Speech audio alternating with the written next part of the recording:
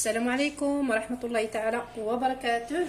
متابعين قناة هناء، كي دايرين؟ لاباس عليكم؟ نتمنىكم تكونوا بألف خير إن شاء الله بحول الله. اللهم صل على الحبيب محمد رسول الله عليه الصلاة والسلام. اللهم اشف مرضانا ومرضى المسلمين وارحم موتانا وموتى المؤمنين برحمتك يا أرحم الراحمين.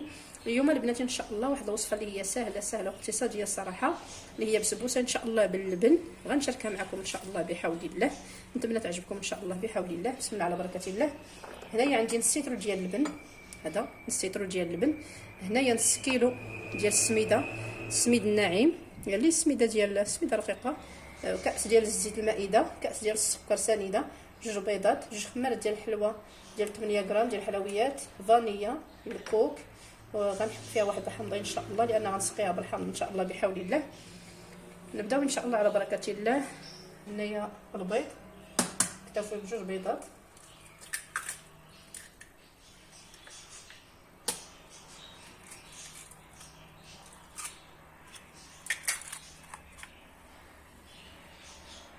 نديرو السكر،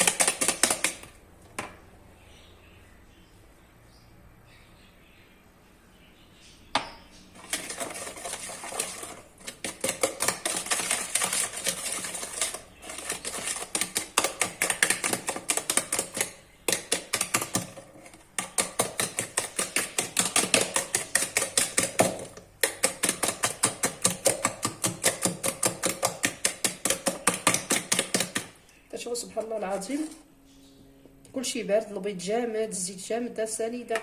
طب الله سبحانه وتعالى الله يرحمنا يا ربي. وهذا بيض صراحه جاهزه على القشع.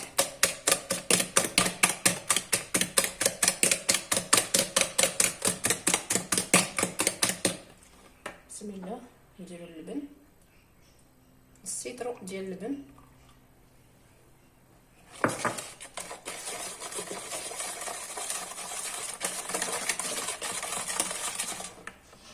نجيب الحكاكه باش نحكو بالحمض.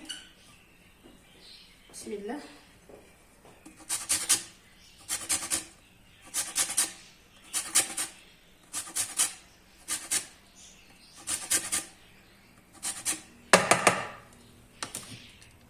وغندير فانيليا، غير هو علاش درت القشره ديال الحمض، غادي نسقيها بالحمض ان شاء الله. الحمض مع شويه ديال الليمون، ليمونه وحامضه ان شاء الله.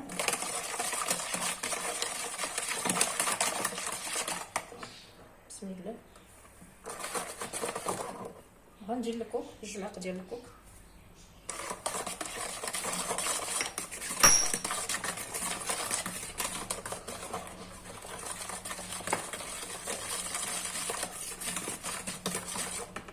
نديرو الخمارات،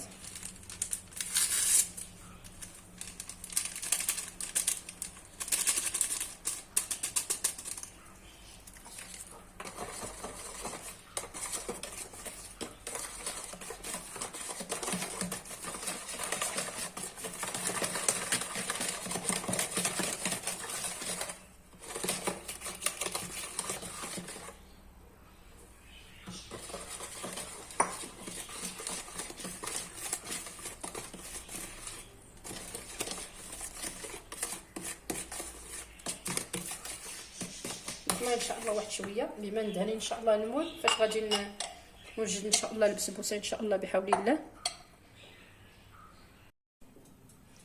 بعد ما دهنت المول ديالي انا اختاريت هذا المول كاري مربع. بسم الله على بركه الله.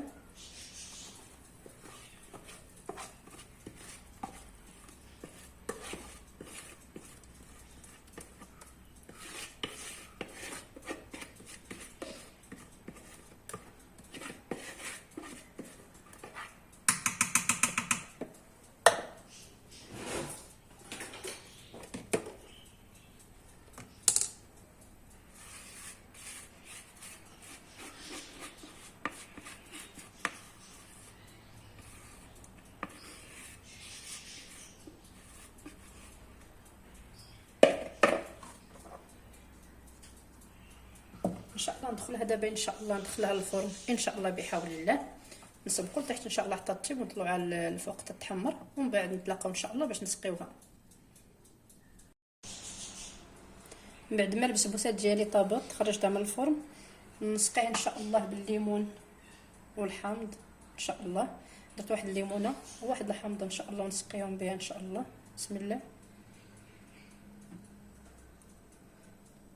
ودرت السكر، واحد 2 معالق ديال السكر، لان الحامض تيكون شويه مجهد.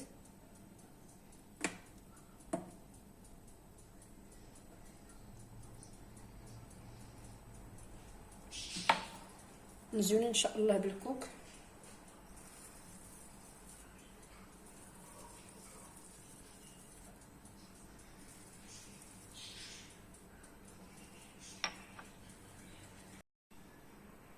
وهذا هو الشكل النهائي ديال البسبوسه اللي وجدت معكم اليوم ان شاء الله. نتمنى تعجبكم. البسبوسه ديال اللبن صراحه تجي رائعه جدا، نتمنى ان شاء الله تعجبكم. بسم الله ان شاء الله على بركه الله. نقطع واحد المرسو ونوريكم ان شاء الله الشكل النهائي.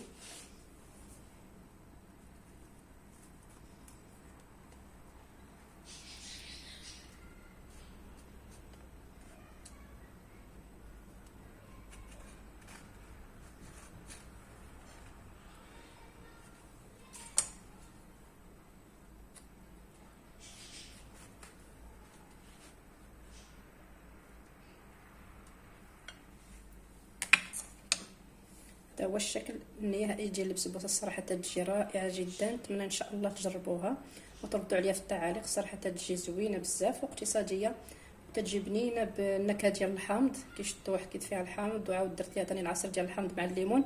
تجي زوينه بزاف، وتجي رطبه ما شاء الله. نتمنى تعجبكم، نتمنى نكون خفيفه على قلوبكم بهذه الوصفه، وبالصحه والراحه، والسلام عليكم ورحمه الله.